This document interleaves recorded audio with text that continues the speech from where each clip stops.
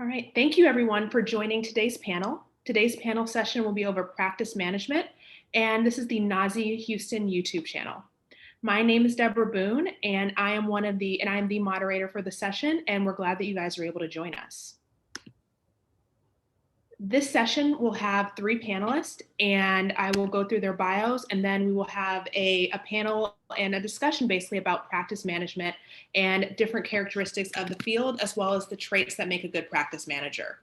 Additionally, we will hear from these practice managers from their field experience, their experience in healthcare, and anything else they feel will be useful for you to know about their field. With that in mind, and without further delay, I will go ahead and kick us off with the bios for each one of our panelists. Our first panelist is Cecily Collins. Cecily is a patient access manager at HCA Healthcare with over a decade of healthcare experience. In her role, Cecily empowers and builds productive teams while empowering patient satisfaction. This includes managing patient access operations, maintaining affiliate relationships, and continuous performance improvement initiatives.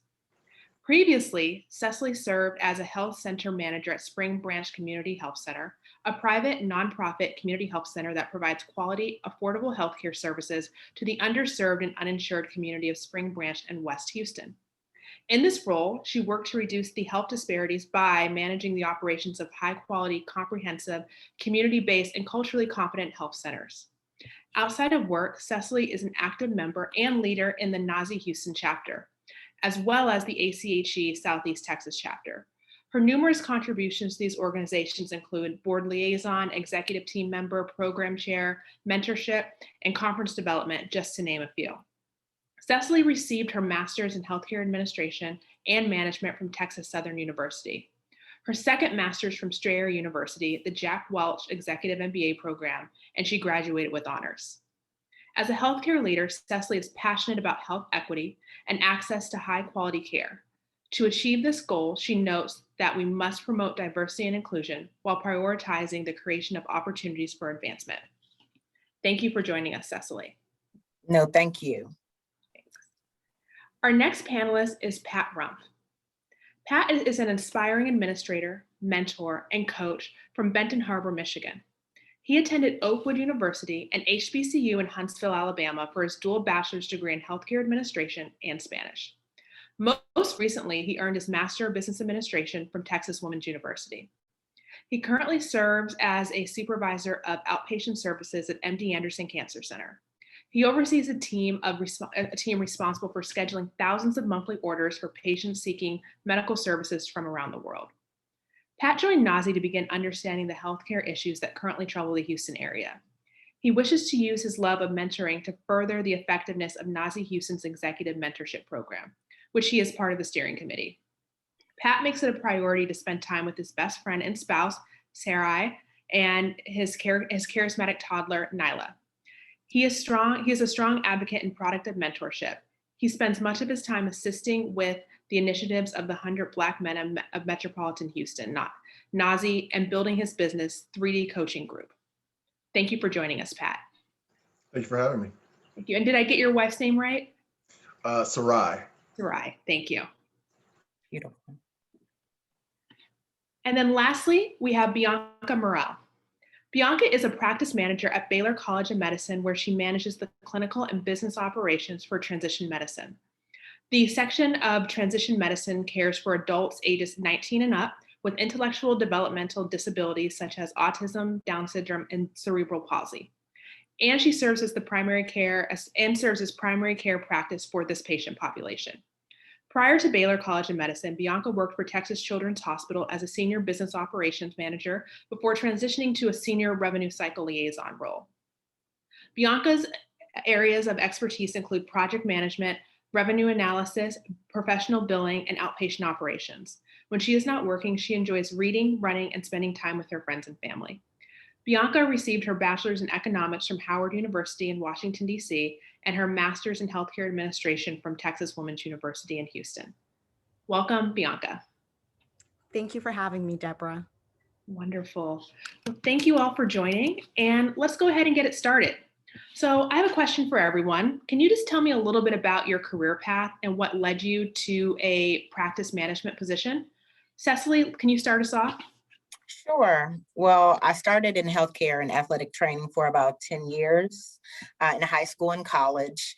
And in college, my father took sick. So at the VA in Houston, I got to see firsthand how a healthcare administrator, I was always on the opposite side, but I saw the care, the compassion, the empathy that they showed my family. So I was like, that's something I might want to get that I'm interested in. So I did my research, and that's how I got into healthcare administration. And that's basically how I lead my teams and manage with customer service, knowing that we are here when patients are sick and they don't want to be here, and promoting the best customer service that we can to make this something that they don't want to even be doing, something a little bit lighter, take a load off. And that's exactly what they did for my family. So that's what I emulate in running my teams. Thank you. Pat, can you tell us a little bit more about your background? Absolutely. I come from a family of strong, dedicated nurses. And some of my earliest remembrances of the hospital would be when my mom would take me to the hospital when she had to go pick something up or something. And I would see nurses on the floor diligently taking care of patients and things like that. Little did I know later on that that would be an intricate part of who I became. Mm-hmm. My mom also did work in the neighboring clinic, or the high school clinic. And so I would see healthcare from that standpoint as well. And shortly after I graduated at Oakwood, the first job I landed was on a medical surgical floor. And I did enjoy the interactions with patients there. And so after a brief stint, I landed this position that I'm in now, and I've enjoyed it ever since. That's great. And Bianca, what led you to a healthcare career? Yes. So to align with Pat's background, my mother's also a nurse, and she was over the clinical rotation program at my high school. So I joined the clinical rotation program too. I attended Howard with the intent to become a surgeon. My major at first was chemistry. It was very difficult. And so I knew I wanted to work in healthcare. And so I was trying to figure out how else can I integrate into the healthcare industry. And so I thought, well, there's got to be people who work in the hospital that manage people that are not physicians, not nurses, have no type of clinical background. So I changed my major to economics. My minor was in community health, and I took health management courses. And one of my professors was actually an administrator at Kaiser. And so I got to hear about her experience as an administrator, and I knew that that was something that I wanted to do. So after I graduated from Howard, I moved down here to Houston, started working at Texas Children's, and then joined the master's program at TWU, and here I am. That's wonderful. We're glad to have you here in Houston. Thank you. Cecily, thank you for kicking us off and telling us a little bit about your background, but you've had a lot of interesting healthcare roles. Can you tell us a little bit more about those roles and previous experiences, and specifically what helped prepare you for the role that you're in today? Well, what helped me actually prepare me for the roles today is having excellent mentors. Those are very much needed where we are, especially as minorities, because we do not see a lot of people that look like us where we want to be. Climbing the ladder to executive, we want to be around more people that are in those positions. And so I would say mentoring, being mentored, being in the healthcare organizations allows you to see what you need to see to help you do the right things to get to the right places. One of my mentors says, network or not work. So that is very big in the healthcare industry.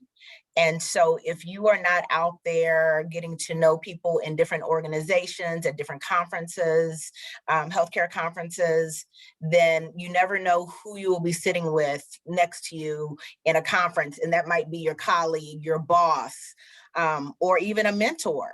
Because I have gained mentors just by being in an elevator. Wow. That's great. And network or not work. That's a good one. Yes. And Pat, can you add to that a little bit? I know mentorship has been a big component of your career, and you're actually very involved with the NAHSE Houston Executive Mentorship Program. So can you touch on that a little bit more? Sure. So, what Cecily is talking about is right up my alley. We are definitely two peas in a pod. I'm We are. now. And little known fact, she was the one who actually introduced me to NAHSE, and I did. she is the catalyst of everything that I've accomplished thus far with the chapter. So big shout out to her. She, in a sense, was kind of like a mentor to me about getting into the chapter. Thank you. But some early roles, I mean, again, I said I was in the med surg floor for a small hospital here, and then from there I moved to an outpatient wound care clinic. And so I liked the vibe of the clinic. It's the administrator or the director at the time had a very close relationship with the clinical staff, as well as the physicians, as well as support staff. They played an intricate role in the development of that outpatient wound care center. And she was someone who was well respected, well liked, and she also kind of served as a mentor for me. I liked the daily interaction with patients, and I knew that was one thing that I really wanted to do in healthcare. So from there, I actually got into a role dealing with the revenue cycle, and I did enjoy the part most about educating patients about insurance. But there was a huge part missing from that, and that was that daily interaction from patients, hearing their stories, hearing some of the things that they're going through, and really getting that great feeling and helping them navigate to where they needed to go. So that's the reason why I transitioned back from the revenue cycle world back to the actual clinic piece. Wow, that's great. And Bianca, I know your previous role involved revenue cycle as well as an operations role. Can you tell us a little bit more what helped you get to the position that you're in today? Yes. So I have held 3 different roles at Texas Children's. So I worked the front desk in the urgent care. I did consulting for a little while outside of TCH, and then I came back to TCH, served as an intern over strategic business operations, and then moved into my role as a senior revenue cycle liaison. And I think all of those experiences helped shape my background to be able to lead my team. Because I don't have a clinical background, I'm not a nurse, I'm not a medical assistant. It can be hard to try and manage people when you don't know exactly what they do every day. So having this key background information from these different areas adds to my expertise and allows me to break things down for them about the front desk and why the front desk works the way it does, or about hospital operations and why the hospital functions in the way it does, or why the outpatient facility functions and why we have to do specific things. And even from a billing perspective, as Pat said, it's very important to understand the billing component and be able to explain that to not just patients, but also your team. The physicians always want to know, well, why aren't we making money? Or what's the revenue on this? Having that background allows me to be able to explain that in detail to them and understand it as well. Yes. That's great. It's very important. And continuing on into the specifics of the role, the practice management position, let's take a little bit of a deeper dive into what it takes to be a practice manager. So starting with Bianca, can you continue your previous thought and just tell us a little bit what your day-to-day looks like in your current role? And also maybe if you could share something that would surprise an aspiring practice manager about your day-to-day. Ooh, a surprise. I'll say that for last. So what does a day-to-day look like? The first thing I do every morning is I always check my email when I'm still in bed, because I want to know, what am I getting into today? I already have in my head my to-do list and things that I anticipate getting done in the office, but you never know what type of emails you might get after you clock out or over the night or even early in the morning from your team. So that's the first thing I do. As soon as I get to work, I round in clinic. Want to make sure my physicians and my staff are good, that they're feeling okay about the day. If there are any needs that have come up already in the morning with patients that I need to address, I'm there and I can handle them as soon as I get there. At that point, then I go back to my desk, then I check my emails again for a second time, just want to make sure I didn't miss anything on my drive in. And then at that point, I'm able to kind of get into my to-do list. So that consists of meetings with my physicians, with my directors, or different areas throughout the outpatient facility. with that, that also might include handling timesheets. I might be working on budget for our operational accounts, or I might be working on budget for our grant accounts that we have. I may also be meeting with our lead nurse, making sure that the clinical practices are being followed, making sure that she's up to speed and everything's okay with our team. And then anything else that a manager might do along the day. And then as far as something that might surprise you, let's see. So I find, not necessarily a bad thing, but my chief, love her, but I find that I also kind of operate as her admin assistant, which I am not above doing at all. But love her. She has trouble getting on Zoom meetings sometimes in this virtual world. So I have to help her navigate that. And something that you might not expect from a professional, but not everyone is as up to speed with navigating this virtual world. So that's something that I have to deal with sometimes. It's great. And it's good to know. And it's good that you are on top of sort of the Zoom and virtual world, because I think we'll be in this position for a while. This might just be how it is going forward. So it's good. It's good that you have that skill set, and that future practice managers know that it's more than just clinical rounding. It's also about some of those technical skills that they bring to the table. Yes. And Cecily, can you add on? Can you tell us a little bit about what your day looks like? So our days are very 110% similar. So what she's doing, what she stated, that's exactly what I'm doing. It's amazing that you do this job. You know that every day is going to be different. There is no day that looks like yesterday or tomorrow.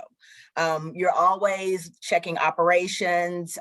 With us in this pandemic right now, I'm sure at one point for long periods of time, we've been understaffed. So maneuvering staff around, we have to be excellent at that, because we don't want to hinder one section of our clinic or one portion being not seamless or short, or building those relationships with those providers is very essential. And when they don't have the staffing to back them up, for them to do what they need to do to see the patient, it's difficult. So as practice managers, we have to kind of be that in-between person with the customer service, making sure that is 100%, being that person for our employees, that they know we have their back, we're here at all times, open door policy, and then building the relationship with the providers, because every provider is different. And they have different needs, and they are very vocal. And so you have to handle them, some with kitten gloves, and you have to know how to communicate with providers, because it's very different. In a day-to-day, implementing policies, making sure things are seamless to increase productivity, making sure your staff has everything that they need to make sure everything is cohesive within the clinic. And number one is making sure that their payroll, that they get paid on time. That is number one, because you never want anyone to have a short check, because it can affect the whole day, the week, depending on how the check is going to be cut. So you want to make sure that everybody's time is in correctly and appropriately. I agree. Compensation, very important. Yes. And Cicely, I'm going to stay with you for our next question. Can you talk about what you enjoy most about what you do, and what you're most excited about right now? What I enjoy is actually having every day be different. I used to be in a job that I could count. I knew exactly when I went in what I was going to be doing, at what time, who I was going to communicate with. There weren't any surprises. And I could not stand being in that job. But as a practice manager, it's different every day. You never know when somebody's going to put a meeting on your schedule, when somebody wants to increase productivity and something that you haven't even thought of, and they want to have a meeting about it, or your staff. being a practice manager is not just being a manager, it's being a leader and letting them see how you operate, because you never know who is watching you, when they're watching you. And most of the people are in the healthcare field and might not stay in a clinical aspect, and might be looking for an out. Just like in my last position at Spring Branch, when I got there, nobody was in school. Nobody knew what they were actually worth and what they could do outside of Spring Branch.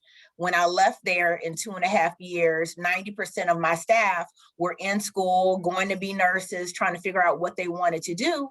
And that is part of motivating. And that's what I love. That is, as a leader, motivating others and letting them see their self-worth and see that you don't just have to be an MA. You don't have to be in the same position for 5 and 10 years, that you can actually do more with education and you don't even have to go to a 4-year college. Getting certifications, not everybody wants to take out loans, but certifications, they can get you pretty far and get you out of a place of being stagnant. That's great. And then Pat, can you tell us a little bit more about what you enjoy the most about your work and what you're most excited about right now? Sure. Like I mentioned before, it's really about the patient interaction. I really feel good about connecting the dots for patients, using those connections I have, whether it's in our financial clearance center or streamlining a process that normally couldn't be done with anyone else. Like, for example, if somebody needs a CT scan for the same day and everything is booked up, and I can leverage the leadership team over there to be able to get that patient who traveled, across the country, so they can find out, what their surgeon recommends or what their oncologist recommends. I really enjoy that piece of it. I really get, still to this day, I get goosebumps when I'm able to do something like that. And the patient says, you know what, thank you so much, because I was waiting on this information and I couldn't stay here another day. I really get excited about that. And then the second piece on that is really kind of like what Cecily was talking about, the coaching aspect for the technical professionals of the role. They come in, they say, okay, well, great, I'm in this great place. I've done this role for about 1.5 years now. I'm ready to move on, but I don't know how to do that. And really letting them know, the sky is truly the limit, giving them the tools that they need to really start paving their own way. I'm always amazed too, when I work with recent grads, one thing that really always throws me for a loop is those who graduate bachelor's degrees of healthcare administration. And I say, well, hey, well, that's great. That's fantastic. You got this bachelor's degree in healthcare administration. Well, what do you want to do? Well, I want to do healthcare administration. And I'm like, well, okay, do you want to go into this development? Do you want to go into HR? Do you want to go into revenue cycle? Do you want to go to practice management? Do you want to go to project management? Where do you want to spread your wings? And then at that point, it's like, okay, healthcare is an entire industry. You can be the top administrator wherever you're at, but you got to choose a path, my friend. Yes. And really sharing with them those different key points that may have missed them during their matriculation through school. Thank you. And on the flip side, what are some of the challenges in your role? So anybody can tell you in healthcare that, COVID-19 truly threw us a curveball. And I'm pretty sure Bianca can attest to this too. We had that polar vortex that happened. I know that there were some water main breakages. So we had to reschedule tons and tons and tons of appointments. And as any administrator would know, that when someone comes in, it's just not one for one visit. They're getting all these different visits that have to be re-coordinated. So some challenges. 2020 and 2021 have truly been the most challenging years for me. I've been in this role for about a little over 2 years now, and I said, well, I feel like I've been in this role for 5 to 7, because it's always been something. And also just the changing environment. As healthcare administrators or leaders are constantly getting more information, it's a constant change. It's a constant change, and you really can't get a ledge to grab onto, to build off of and hold your breath without having something else come down the pipeline. So I think the constant change has been really one of those things that have been most challenging, not only for me, but for staff, and the frustration that comes along with it. And then there was also a mention of staffing. One thing that I love doing is hearing people's stories, and what's happening in John Doe's life is a little bit different than happening in Jane Doe's life, but they're both equally important. And really being able to manage and navigate your staffing concerns and still be able to get the work done has truly been some challenging times. But one thing that you do learn from that is resilience. You do learn a lot about yourself and what you're truly capable of during times where there are variables that you can't really account for. You just really kind of have to buckle up and keep it moving. Thank you for sharing that. And Bianca, can you tell us a little bit about the biggest challenges in your role? Yes, to go on to what Pat said, I think 2020 and 2021 has been a nifty year and a half, to say the least. I think the biggest challenge for me and for my team is being flexible. So I think the role of a practice manager, we're naturally flexible and we know how to quickly adjust and meet the needs of the business. But our team, they don't necessarily have to do that. They have their standard day-to-day work. They know what they need to do. So to Pat's point, having to reschedule 60 to 100 visits immediately to get these patients in, or having to call those 60 to 100 patients, letting them know, hey, we can't see you, we had to shut down, can be difficult. And especially when you're going through your own personal things at home, as far as having a water break, not having power. So trying to navigate, well, how do I help my team? But how do I help my home life? How do I help my family? So definitely one of the biggest challenges has been flexibility. And also building the schedule to where a nurse or a medical assistant can work from home during the pandemic. I never would have thought that a nurse could work from home. I mean, she or he is in clinic seeing patients. So how can we manage that? So having to, have a skeleton crew with our schedule. So we're only going to have one nurse on site and 2 MAs. Everyone else is going to work from home. And what does that look like? So what background duties are they doing from home? Well, they're calling patients. They can also send faxes from home because we have an email fax system that we use. They're filling out forms for patients. They're handling MyChart messages. So being able to flip the switch and switch gears to meet the needs of our staff so that we can keep morale up, so that we can keep them happy and keep them engaged, while also still serving our patients and serving the business. Sounds like navigating change, navigating uncertainty is part of the role. And Bianca, to stay with you for the next question, what do you wish someone would have told you about this career path before you started? Ooh. So I think a big thing for me is that I wish I would have been told that managing people is not always easy. I think from the outside looking in, and even me, when I worked in the urgent care, my manager was a nurse. And I just felt like he had the best job ever. You know, he just came in and told us what to do in a nice way. He was great. And then, went in the back in his office and did his thing. He ordered the supplies, he did the schedule, he, was handling the business calls. I was like, I want to do this. This is great. But I didn't get to see the crucial conversations he was having with our team members, or the write-ups that had to happen behind the scenes, or the coaching, or even the direction that he was receiving from his leaders at the time, having to change the business, change the hours, et cetera. So being a manager and managing people is not easy. It's not rainbows and sunshine. And definitely, even if you have the best team, which I do right now, my team is amazing. They're awesome. But there are still some hard conversations that we have to have. There's still some pain points in the business that we have to deal with. And Pat, how about you? What, from your experience, what do you wish one thing someone would have told you before starting your healthcare career? One thing, again, like I mentioned it before with the whole healthcare administration, I was that person.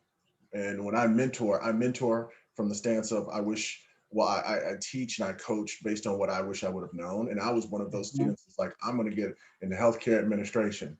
But I didn't know exactly which avenue I wanted to take. And I didn't even really know what an administrative fellowship was until I was already well off into my grad program. So I really wish I would have, somebody would have taught me to begin with the end in mind and really start asking those questions early on, because I think it, you know, in terms of competitiveness for certain things that you want to do, if you learn it later on in life, you put yourself at a serious disadvantage. And just like with anything, the more time you have to prepare for something, the better you'll be in terms of satisfying whatever goal you have. So really just identifying what pathway you wanted to take. And even if that pathway doesn't work out, you just know you've tried it, you know you don't want to do it, and now it's on to the next thing. Very important. Yes. And now we're going to switch gears a little bit and talk about skills and training. So Cecily, I'm going to kick it off with you because you're a motivator, you're known for empowering your employees, your team members. And I would just like you to share your thoughts on what skills you think are the most important for someone who wants a career in practice management. And how would you describe someone that would excel in this field? Like, what are the attributes of a top practice manager? So you, as a practice manager, you have to be very savvy. Negotiating tactics have to be there, because you never know when you're going to need to borrow staff, borrow equipment, borrow anything from another clinic or department. So you have to be able to build relationships.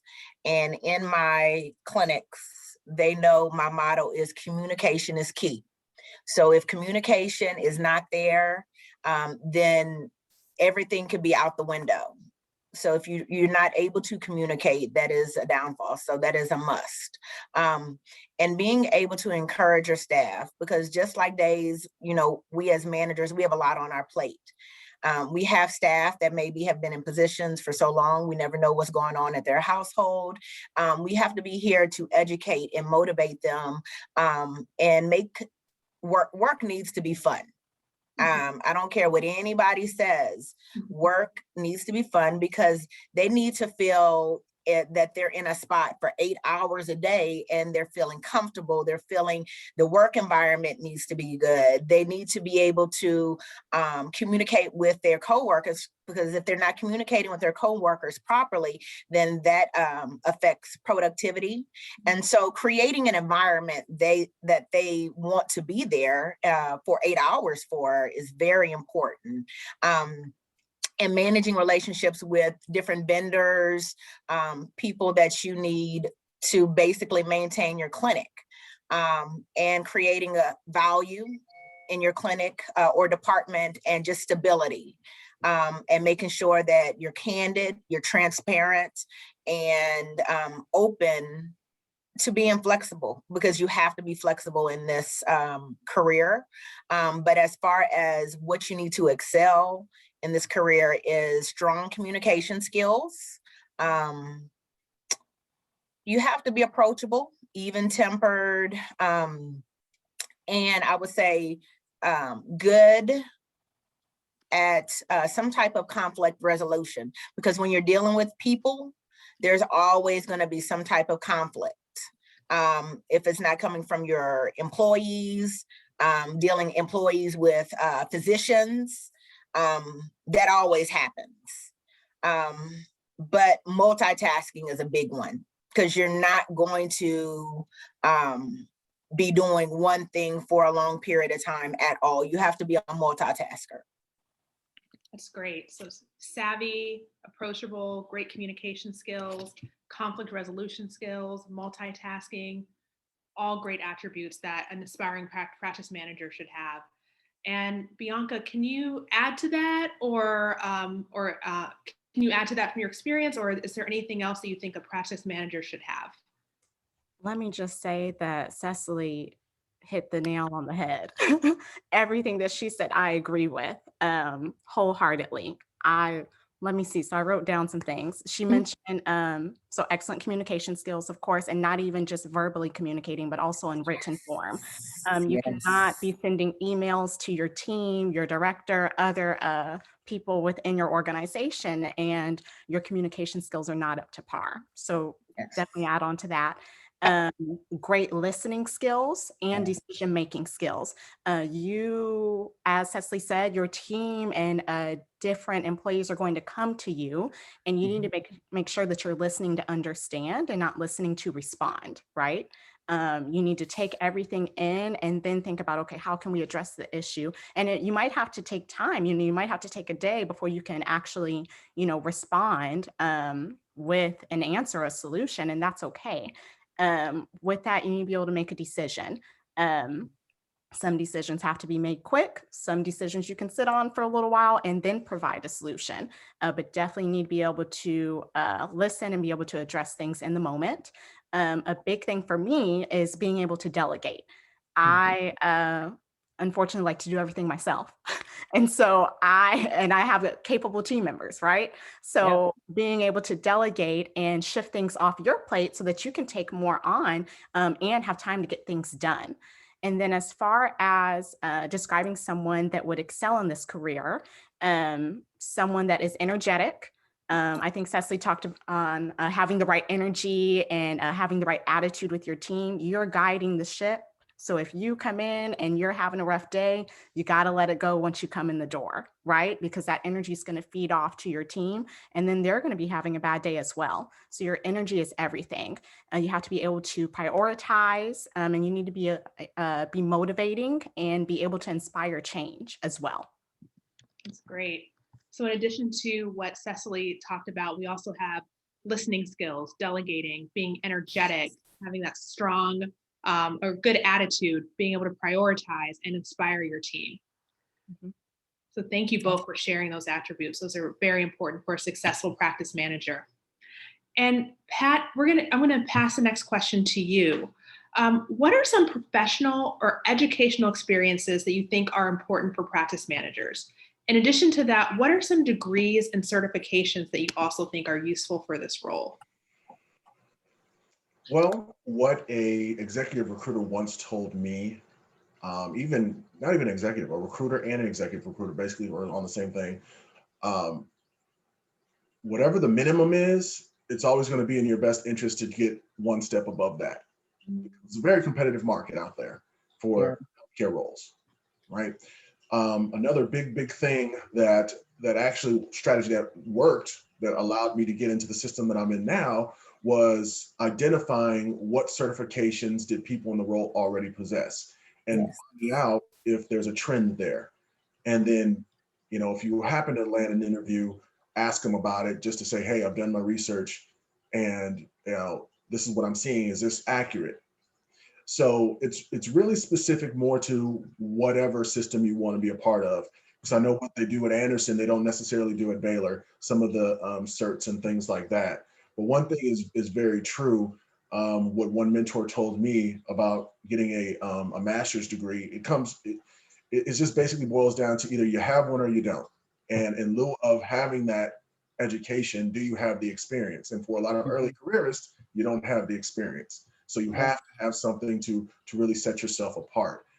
What I would also say too, as far as educational experiences for anyone who is still undergraduate who may be listening to this, or in their professional program, if you have the bandwidth or capacity to do any type of internships in a practice manager role, any type of early entry role or running in the mailroom or just getting some sort of experience that differentiates you from the pack, and you can speak to what you learned there and why you enjoy that role, that will mean all the difference. So basically just anything that will separate you from anyone else on a sheet of paper, as well as any early experience, and then also just looking to the specific system you want to work in and looking to see what the norm is for certs. Those are all great tips. And Cecily, do you have anything to add to that? So just for certifications that are, I guess, lucrative, like Pat said, it does depend on like the route that you're going in healthcare administration, but also just to put these tools in your toolbox, project management, Lean Six Sigma, quality, certified health risk certifications, certified professional healthcare quality, as well as certified professional healthcare informatics and management. Those are certifications that, depending on the route that you're wanting to take, those are ones that are looked at. And when they're looking at your resumes, and that's the job that you're wanting, that's what you need to look into to see what it takes to get there. And last but not least, ACHE, becoming a fellow. That is something that people look at as you're climbing that executive ladder, being a fellow, because more now these days they are looking, because with that fellow behind your name, they know you've done a lot to achieve that. You've done what was needed for you to go through and climb that ladder to get that education. So becoming a fellow with ACHE. That's great. Thank you all for sharing today. So much great insight and so many tips and tools that will help anyone who's an aspiring practice manager in the field. We're now going to move into just final thoughts. And I will start with you, Cecily, but just can you share any words of advice, or if there's anything that we didn't touch on today that you'd like to talk about, here's your time. I think I want to piggyback on what Pat said, that this industry is very competitive. So looking into getting into this field, you need to make sure that you do the most that you need to do to shine. You have to shine, because what they're going to be looking at is what school you went to, what certifications, what experience. And you never know who's going to be looking at that resume if they know somebody else. Or they know somebody that is applying for the same job. So there's many things that you want to try to take out of their control. So you want to shine unbelievably without that weighing at the back of your head. So networking, that is huge. If you can go to conferences, if you're in school, if they're going to pay for you to go to a conference, you need to go, because you need to network and increase your LinkedIn profile. Make sure your profile is up to date and it looks good. It looks professional. And that is what has really helped me, because you never know who is going to be looking at your LinkedIn profile from these conferences, getting business cards, and keeping in contact with people, because you never know if you're a person that does not mind moving out of state and moving around. This is an industry for it, because healthcare is everywhere. As we saw during this pandemic, doctors and nurses, they can't run departments and clinics. So they do need us to do what we're doing. So we are very essential. So just keep on striving. And it may not look like it's budging, or you're getting rejection letter after rejection letter, and you're not seeing the fruits of your labor, but somebody is seeing you work hard and they're talking about you. So just keep on doing what you're doing and it will definitely prevail. That's wonderful. Thank you so much. And Pat, do you have anything to add? Any final thoughts? Yeah, and based on what Cecily said, I want to pivot my answer just a little bit. Just doubling down on the power of organizations like NAHSE, ACHE, NALI. I'll share a quick story. When I was applying for administrative fellowships, just based on my NAHSE work that I've put in, there was a reputable program I had applied for, and somebody said, "Hey, I want to interview you on the spot at the conference. I had not planned to go to the conference, and simply because of that fact, it's a lost opportunity, right? That could have been the difference between landing that role at this prestigious system or you know, where I'm at now. You know, it's like, you know, didn't get the opportunity. So really just doubling down and get involved with the whole industry. People will see that. People will see that, oh, well, you're a part of this, and you know this person, and you know this person. I guarantee you, there's not many people I can say, hey, do you know Cecily? They're like, oh yeah, I know Cecily. You know, even though she's in a different state now. I mean, it's just like, you know, she's built a reputation. And true to her point, it's a very small community when you get into people who are doers and wanting to move up in their career paths. And the last thing I'm going to say is this: it is perfectly fine, you know, if you don't know exactly what you want to do. I tell my clients all the time, you know what? Find out from your three closest people, what are you good at? And let that be your starting point. So whether that is you want to be in the healthcare industry, you can kind of pick their brains to kind of figure out what you should just try. Try these different things. Be collective about it. Be strategic about it, and try. And one of the best ways that I tell clients that they can do that is leveraging LinkedIn. Cecily already talked about LinkedIn. LinkedIn is a place where everyone wants to shine. Everyone has their credentials. Everyone has their certs. Everyone that they're connected to, and reach out to people. You know, if you do get an opportunity to connect with somebody on LinkedIn, it's because they want to genuinely help you. They have the bandwidth, and your main role is make sure that you show up. You know, that's half the battle right there. You reach out, but make sure you show up. That's the last thing that I want to say. And be prepared, because, you know, if you ask for something, you better be prepared to get it, because there are people out here like us on this call who want to help people, who want to bring people up, because as we move up, we need to fill these roles. And our management is going to look to us to say, hey, look, Patrick, do you know somebody who could fill this role? And I have to be 100% confident in your abilities to be able to sponsor you and put my reputation on the line. So definitely, you know, continue to try different things, and also leverage the power of tools like LinkedIn. Wow, thank you. And Bianca, any final thoughts? Yes, to Cecily and Pat's point, networking is everything. I tend to be on the shy side, so I struggle with networking, but that doesn't mean that it's not valuable to me, and it won't be valuable to you. So it's okay to step about your comfort zone. Don't be afraid to reach out, and don't be afraid to ask for help. As Pat said, when you ask for help or when you ask for something, you have to be ready to receive it. So you can't be afraid to make that ask. And then as you enter your first role as a manager over any area, whether it's a practice, whether it's over revenue cycle, what have you, understand that it's okay to not know everything, because you won't know everything.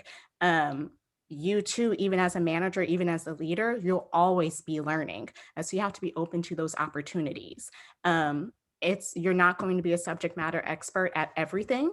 So have your areas where you feel comfortable, where you feel that you know it, to where you can share, and then be willing to partner with your senior employees or your peers to be able to gain that expertise or that high level knowledge over other areas. Yes. Cecily, do you have anything to add? I think lastly, paying it forward. Yes. That is very big in our industry. And I'm just going to go ahead and say it is big for us as minorities in this industry, that we are all paying it forward in different ways in our different organizations. And we need people to come behind us and do the same thing, and don't be afraid to tell people what's going on or the information so they can get ahead. We need to know that we need everybody to get ahead to get into this industry. There is a lot of healthcare to go around to share. So paying it forward, making sure, just like Pat, we're all mentors. So making sure that you stress this to them. Just because I'm teaching you this, that does not mean it needs to stop there.